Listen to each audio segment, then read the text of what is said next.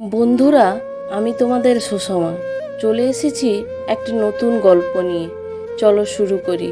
প্রত্যেকের জীবনে একটি গল্প থাকে, সেই রকম একটি গল্প আজ আমি তোমাদেরকে শোনাবো। 24 বছর বয়সী এক ছেলে ট্রেনের জানালার ধারে বসে বাইরের দিকে তাকিয়ে আছে। ছেলেটি আর শুধু চিৎকার করে বলছিল, বাবা দেখো, গাছগুলো সব পেছনের দিকে চলে যাচ্ছে।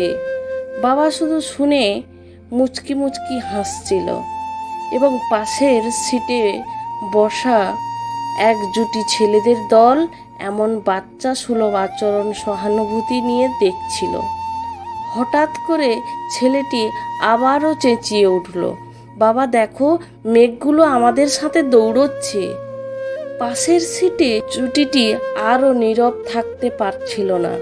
তাদের মধ্যে একজন ছেলে বলে উঠল বৃদ্ধ বাবাকে, বলে ফেলল, আপনি আপনার ছেলেকে কেন কোনো ডাক্তার দেখাচ্ছেন না? উত্তরে হেসে বৃদ্ধ বাবা বলল, আমি দেখিয়েছি, আমরা হাসপাতাল থেকেই আসছি। আমার ছেলে জন্ম অন্ধ, আজকেই সে তার চোখের আলো ফিরে পেল, আজকেই সব কিছু দেখতে পারছে। কি বুঝলেন? এই গল্পটি থেকে আমাদের শিক্ষা নেওয়া উচিত যে পৃথিবীতে প্রতিটি মানুষের একটি গল্প থাকে। কাউকে ভালোভাবে না জেনে তার সম্পর্কে কিছু বিচার করে ফেলা ঠিক না। সত্যিটা আপনাকে চমকে দিতে পারে।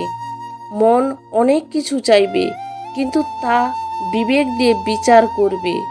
তাহলেই তুমি বুঝবে কোনটা তোমার করা উচিত আর কোনটা করা উচিত নয়।